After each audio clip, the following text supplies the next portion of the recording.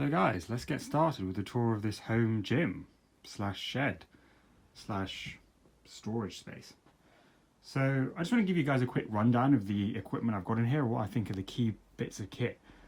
So first off, I want to show you this, the barbell, which is probably the single most important piece of kit I have in here.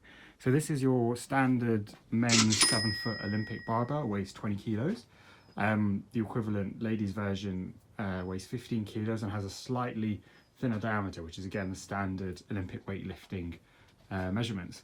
So I have this, and obviously I've got the weight plates to go with it. So I've gone with bumper weight plates so I can get my Olympic lifting in and drop these safely, as opposed to the cast iron weight plates you may see in other gyms. So in combination, the bar, and I think I've got about 200 kilos of bumper plates. These are the most important bits of kits. You can do pretty much any exercise with this. You can do deadlifts, you can do any Olympic weightlifting, squats, bench press. You need to have a bar and some weights. So I mean, you know, if you're going to build out a proper serious lifting home gym, then I think, you know, a bar and some weights is where you've got to start out. And then to go along with that, we've obviously got what the bar's resting on, so that's the squat rack. So I've gone for a half power rack as opposed to a full power cage, simply for space reasons. So with this rack, obviously you can adjust the height that the bar is resting on. Obviously for me, I just keep it at my standard height. You've got the pull-up bar here that comes with it. Again, you can adjust the height of the pull-up bar. I've set it here so I don't hit my head on the ceiling when I'm doing pull-ups. And then what also comes with it, I actually had to buy this as a separate attachment, annoyingly, are these safety spotter arms. And basically, I think this is pretty key when you're lifting at home alone. If you're doing any squats or any bench press and you're going for a really heavy weight, you've obviously not got any spotters when you're training at home alone. So you need to have something to save you if you fail a weight. So these are what these spotter arms do. If you get stuck in the mid-bottom of a squat or a bench press, you can just lower the weight here and it holds it safely. They're also pretty good if you want to set them lower and do things like rack pulls, or any kind of, which is essentially a deadlift from a higher position in the floor. So these are also pretty nifty for doing that.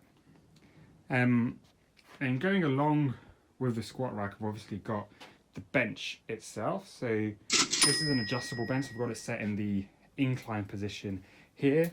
You can obviously lower it using this mechanism and make it flat like this, so you can do a flat bench press.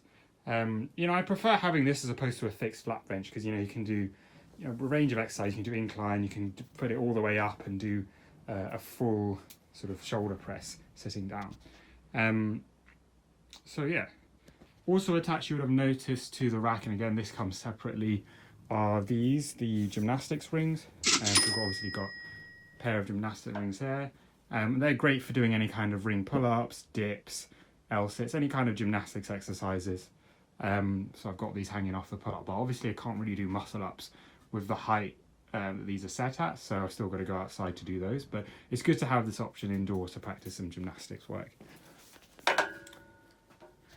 You might have noticed as well this piece of kit, which is a plyometric box. So it's again great for box jumps, and also you can use it as a step to do step ups and any kind of exercise like that. Those are the main bits of kit. I've also got a couple of dumbbells as well. Hopefully I'll expand those going forward. I've also got some adjustable dumbbells here that got given by a friend ages ago.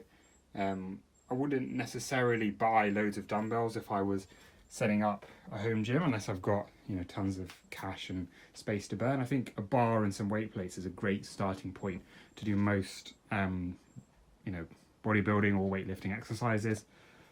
Going along with the bar, I've obviously got some smaller plates here, which I got used off eBay. The collars to hold the weights in place on the bar. Got some bear grips, which are great to any thick bar work. So these just go onto, they open up and then put them round the bar or the pull-up bar, and essentially give you a thicker diameter bar so you can work on grip or do any kind of grip work, which is a really great option to have. I've also got a kettlebell, which you guys would have seen me using. I actually bought this in the first lockdown ages ago. just to get me through. But I've still got it. Hopefully I'll get a few more kettlebells, something maybe a bit heavier going forward as well. My trusty skipping rope, which has taken a bit of battering, as you can see. And finally, this is the clock that I've got set in the gym. I don't know if you can see that properly in the camera. This is a bit of extra, really. It's a great interval timer, as well as telling the actual time. You can set, any kind of interval workouts on there, use it as a stopwatch. It's not strictly necessary for a home gym, but I quite like having it here when I'm doing sort of interval workouts and things like that, so I don't have to keep checking my phone. I've just got a handy clock right there to go with it. So this is the main equipment that I've got in my gym. I think it's a pretty good starting point. You guys will notice there's no cardio equipment. Hopefully I'll get a rower in soon once I clear out a bit of this storage space. You'll also notice I don't have any cables or weight machines. I much prefer free weights. And also cable machines tend to take up a lot of space and be very expensive and give you a rather limited range of exercise that you can do compared to what you can do with a barbell and some free weights.